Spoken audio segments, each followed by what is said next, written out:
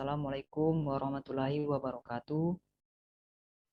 Waalaikumsalam warahmatullahi wabarakatuh. Waalaikumsalam warahmatullahi wabarakatuh. Waalaikumsalam warahmatullahi wabarakatuh. Perkenalkan, kami peserta Latsar Angkatan 32, kelompok 2, akan memaparkan benchmarking role model yang telah kami buat bersama-sama. Tanpa berlama-lama, peserta pertama yang akan memaparkan yakni Ibu Astuti Handayani. Kepada Ibu, kami persilahkan. Baik, terima kasih atas kesempatan yang diberikan. Saya share screen dulu. Terima kasih. Langsung saja. Role model kali ini adalah kami ambil Ibu Tri Risma Harini, atau yang biasa kita kenal dengan Ibu Risma, lahir di Kediri, Jawa Timur 20 Oktober 1961. Beliau adalah Wali Kota Surabaya, wanita pertama yang menjabat sejak tahun 2010 sampai 2020. Beliau menjabat menjadi Menteri Sosial pada tanggal 23 Desember 2020 sampai sekarang. Nilai-nilai dasar yang ASN yang ada dalam diri beliau adalah pertama berorientasi pelayanan. Ibu Risma hari ini adalah merupakan pejabat yang visioner. Beliau menciptakan inovasi seperti mall pelayanan publik yang bertujuan memberikan kemudahan, kecepatan, keterjangkauan, keamanan, dan kenyamanan kepada masyarakat dalam mendapatkan pelayanan. Kedua, akuntabel. Menteri Sosial Ibu Risma ini beliau selalu bertanggung jawab atas jabatannya, dan nilai akuntabel dari sosok beliau ini adalah jujur, cermat, dan bertanggung jawab, serta berintegritas tinggi. Selanjutnya, kompeten. Beliau dikenal dengan beberapa kompetensi yang dari prestasi yang beliau dapatkan. Kemudian harmonis, cinta kasih yang ada ya, beliau mampu menjalankan kepemimpinan ini sebagai Wali Kota Surabaya serta Menteri Sosial. Beliau sangat mengayomi stafnya tanpa pandang bulu. Loyal. Ibu Risma hari ini adalah pemimpin yang memiliki loyalitas yang tinggi, dan beliau kerap terlihat di berbagai acara yang ada di Surabaya. Kemudian adaptif. Kota Surabaya menjadi tuan rumah dalam peringatan Hari Habitat Sedunia pada tahun 2020. Terakhir adalah kolaboratif. Salah satu kerjasama yang dilakukan Ibu Risma adalah MOU Sister City di Gedung Balai Kota Surabaya pada tanggal 19 Maret 2020. Ya, itu tadi penyampaian tentang sosok Ibu Risma. Semoga kita dapat meneruskan sikap beliau dalam membangun bangsa dan negara kita yang tercinta ini. Terima kasih. Oke, terima kasih kembali atas pemaparannya. Berikutnya kami persilahkan kepada Ika Arista. Kepada Ika Arista dipersilahkan. Terima kasih atas kesempatan yang diberikan kepada saya. Role model yang saya akan bahas di sini adalah Ibu Kofifa Indar Parawansa, yaitu seorang politisi Indonesia yang saat ini menjabat sebagai Gubernur Jawa Timur sejak 13 Februari 2019. Beliau lahir di Surabaya tanggal 19 Mei 1965. Untuk riwayat pendidikan dan karir, teman-teman bisa lihat di slide saya ini. Ibu Kofifa Indar Parawansa memiliki karakter sebagai tokoh berakhlak. Yang pertama, berorientasi pelayanan. Beliau sangat cepat tanggap dan cekatan dalam penanggulangan bencana seperti bencana banjir yang terjadi pada tanggal 19 November 2021 silam. Bersama dengan jajarannya BPBD Jatim menanggulangi bencana ini. Hal ini berbuah penghargaan dari Badan Nasional Penanggulangan Bencana BNPB. Yang kedua, akuntabel. Dibuktikan dengan kinerjanya dalam menurunkan angka kemiskinan melalui program dana desa, di mana untuk periode Maret sampai September 2021 terjadi penurunan sebesar 0,81% atau setara dengan 13.130 jiwa. Hal ini merupakan angka penurunan kemiskinan terbesar secara nasional.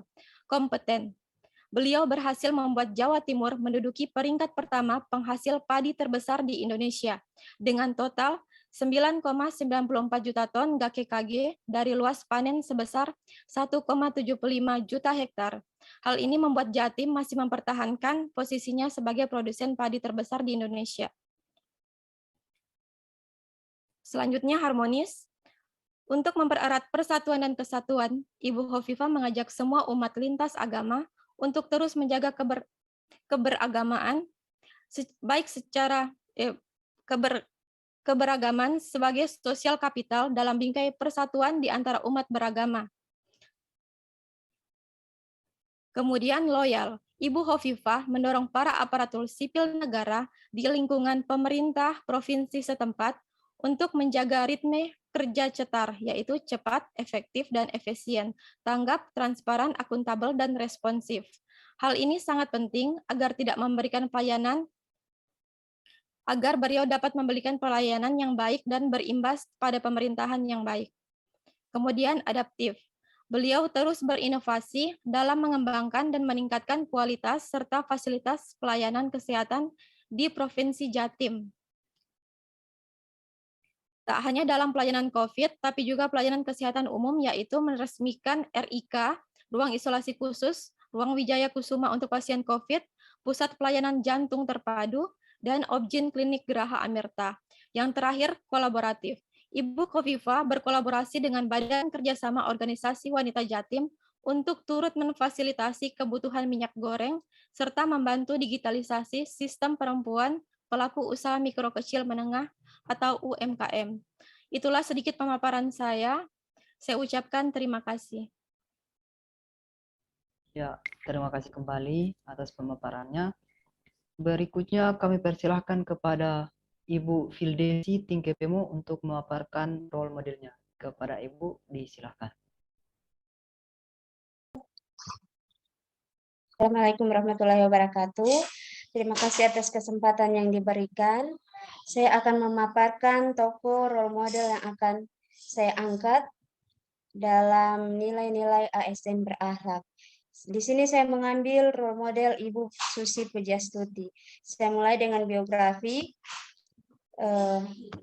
Biografi beliau lahir di Pangandaran, Jawa Barat 15 Januari 1965. Nama lengkap Susi Pujiastuti, pendidikan SMA Negeri 1 Yogyakarta. Beliau beragama Islam. Selanjutnya, nilai-nilai berakhlak yang ada pada karakter Ibu Susi Pujiastuti. Yang pertama, berorientasi pada pelayanan. Beliau selalu turun langsung ke lapangan untuk memantau para nelayan secara langsung. Yang kedua, akuntabel. Ibu Susi akan merealisasikan apapun itu yang menjadi prinsip dan gagasannya. Yang ketiga, kompeten. Menjadi Menteri Kelautan dan Perikanan perempuan pertama di Indonesia, serta meraih penghargaan di mata dunia. Yang selanjutnya, yang keempat, harmonis.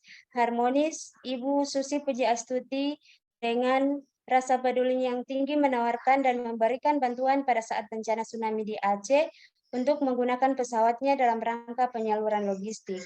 Yang kelima, loyal. Ibu Susi Pujiastuti begitu berdedikasi untuk Indonesia dengan sikap tegasnya, contohnya dalam menjaga perairan Indonesia dari kapal asing. Yang keenam, adaptif.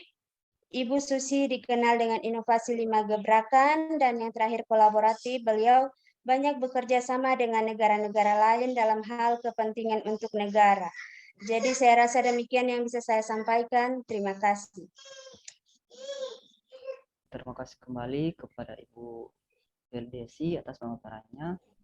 Kemudian kita berlanjut ke Ibu Subeti Tri Utami. Kepada Ibu, kami silahkan. Baik, terima kasih. Assalamualaikum warahmatullahi wabarakatuh. Terima kasih. Perkenalkan, nama saya Subeti Tri Utami. Di sini saya akan mengangkat role model saya, yaitu Bapak almarhum Dr. Sutopo Purwonugroho. Bapak Sutopo Purwonugroho MSI lahir di Boyolali, Jawa Tengah pada tanggal 7 Oktober 1969. Dia merupakan anak pertama dari Suharsono Harso Saputro dan Sri Rosmandari. Untuk SD, SMP, dan SMA-nya, beliau jalani di kampung halamannya. Beliau memperoleh gelar S1 Geografis di Universitas Gadjah Mada pada tahun 1993 dan menjadi lulusan terbaik. Kemudian Bapak Sutopo Purwonugroho MSI adalah seorang pegawai negeri sipil dan akademis Indonesia yang bekerja sebagai Kepala Pusat Data, Informasi, dan Hubungan Masyarakat di Badan Nasional Penanggulangan Bencana. Bapak Sutopo mengawali karirnya di Badan Pengkajian dan Penelitian Teknologi sebagai pegawai di bidang penyamaian awan. Kemudian lulusan Universitas Gadjah Mada dan IPB itu kemudian didapuk sebagai Kepala Bidang Teknologi Mitigasi Bencana, Pusat Teknologi Pengolahan Lahan, Wilayah dan Mitigasi Bencana Badan Pengkajian dan Penerapan Teknologi. Pada tahun 2010 dia dipercaya sebagai Direktur Pengurangan Risiko Bencana. Di tahun yang sama pula pada bulan November, Bapak Sutopo kemudian didapuk sebagai Kepala Pusat Data Informasi dan Humas BNPB. Selanjutnya untuk nilai-nilai berakhlak yang dimiliki oleh Bapak Sutomo, yang pertama berorientasi pelayanan, sikap sopan santun dari beliau ke awak media ketika diminta informasi atau pada saat konferensi pers. Kemudian untuk nilai harmonis bisa dilihat bahwa beliau bertindak responsif ketika terjadi suatu bencana di Indonesia. Untuk nilai kompeten, beliau selalu berinovasi, salah satunya dengan dibuatnya peta bencana.id. Untuk nilai akuntabel, beliau selalu memberikan informasi terkait bencana dan selalu menangkal berita-berita hoaks. Kemudian sikap loyal, beliau tetap menjalankan tugasnya walaupun dalam keadaan sakit. Kemudian sikap adaptif, beliau selalu bertanggung jawab dengan apa yang sudah ditugaskan dan memiliki integritas yang tinggi. Selanjutnya sikap kolaboratif, yaitu transparansi beliau dalam menyampaikan informasi ke publik. Mungkin hanya demikian nilai-nilai berakhlak dari Bapak Sutopo Purwonugroho. Terima kasih.